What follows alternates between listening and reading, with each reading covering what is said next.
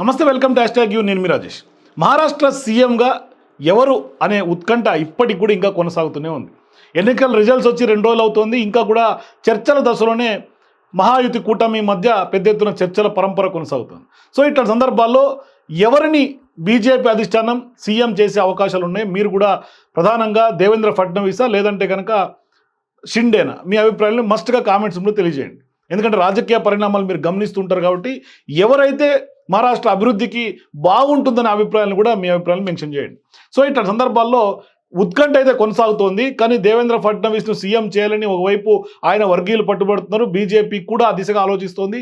మరోవైపు ఏక్నాథ్ షిండేను కూడా కొంత సీఎం చేయాలని పెద్ద ఎత్తున శివసేన వర్గీయులందరూ కూడా డిమాండ్ చేస్తున్నారు. అయితే ఫలితాలు వెలువడ్డాక సీఎం రేస్లో తాను ఉంటానంటూ కూడా సంకేతాలు ఇచ్చినటువంటి ఎన్సీపీ చీఫ్ అజిత్ పవార్ ఇప్పుడు ఫడ్నవీస్కే మద్దతు ఇవ్వబోతున్నట్టు కూడా అక్కడ మీడియాలో కథనాలు వస్తున్నాయి. సో ఈలోపే బీహార్ మోడల్ను తెరపైకి తీసుకొచ్చారు ఓ ఎంపీ. సో ఇప్పుడు బీహార్ మోడల్ ప్రకారం ఏక్నాథ్ షిండేనే సీఎంగా కొనసాగించాలని ఆ వర్గం నేత నరేష్ కొంత డిమాండ్ చేస్తున్నట్టు తెలుస్తుంది. అలా జరిగితే తన మిత్రపక్షాలని రాజకీయ వలసల కోసం వాడుకొని ఆపై వదిలేస్తున్నారనే విమర్శలకు కూడా బీజేపీ ధీటైన సమాధానం ఇచ్చినట్లు అవుతుందంటూ కూడా నరేష్ చెప్తూ ఉన్నారు. అంటే మహారాష్ట్ర అసెంబ్లీ ఎన్నికల్లో అధికార మాహితి కూటమి ఘన విజయం సాధించింది.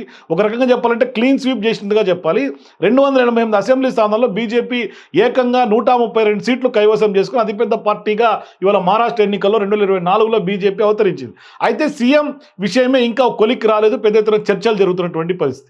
అయితే బీజేపీ అధిష్టానం దేవేంద్ర ఫడ్నవీస్ సీఎం బాధ్యతలను అప్పగించేందుకు మొగ్గు చూపుతున్నట్టుగా పెద్ద ఎత్తున ప్రచారం జరుగుతుంది. మరోవైపు అజిత్ పవార్ నేతృత్వంలో ఎన్సీపీ సైతం ఫడ్నవీస్ను ముఖ్యమంత్రి పీఠం కట్టబెట్టడానికి సమర్థిస్తోందంటూ కూడా కొంత తెలుస్తుంది. కానీ శివసేన నేతృత్వంలో ఉన్నటువంటి ఏక్నాథ్ షిండే మాత్రం సీఎం సీటు తనకే కావాలంటూ కూడా పట్టుబడుతున్నట్టు తెలుస్తుంది. ఆయన వర్గీయులు కూడా ఇదే విషయంపై కుండబద్దలు కొడుతున్నటువంటి పరిస్థితులు కూడా ఉన్నాయి. సో ఈ తరుణంలో తాజాగా మహాయుతి కూటమి వర్గాలు కీలక నేతలందరూ కూడా ఫడ్నవీస్ కానీ ఏక్నాథ్ షిండే అజిత్ పవార్లు బీజేపీ నేతలతో ఢిల్లీలో గత రాత్రంతా భేటీ అయ్యారు. పెద్ద ఎత్తున మంత్రాలు జరిగినాయి.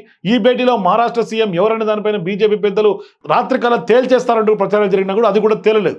కానీ గత బీహార్ అసెంబ్లీ ఎన్నికల్లో ఒకసారి బీహార్ మోడల్ గురించి మాట్లాడుకుంటే అక్కడ బీజేపీ నేతృత్వంలో కూటమి విజయం సాధించింది. ఈ ఎన్నికల్లో అధికార కూటమిలో ఉన్నటువంటి జేడీయూ 43 స్థానాల్లో గెలుపొందితే బీజేపీ 74 అసెంబ్లీ స్థానాలను కైవసం చేసుకుంది.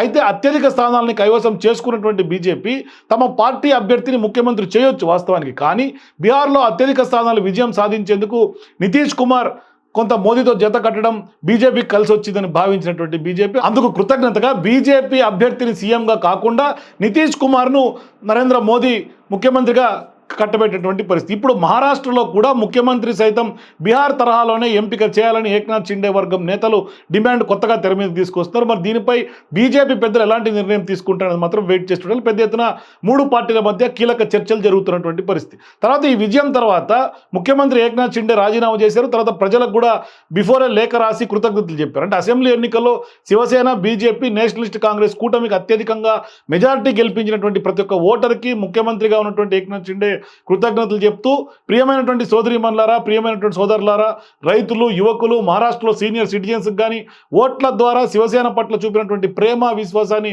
మేము ఎప్పటికీ మర్చిపోలేము. మీరు మాపై ఉంచినటువంటి నమ్మకాన్ని సమర్థించుకోవడానికే మేము ఎల్లప్పుడూ ప్రయత్నిస్తాం.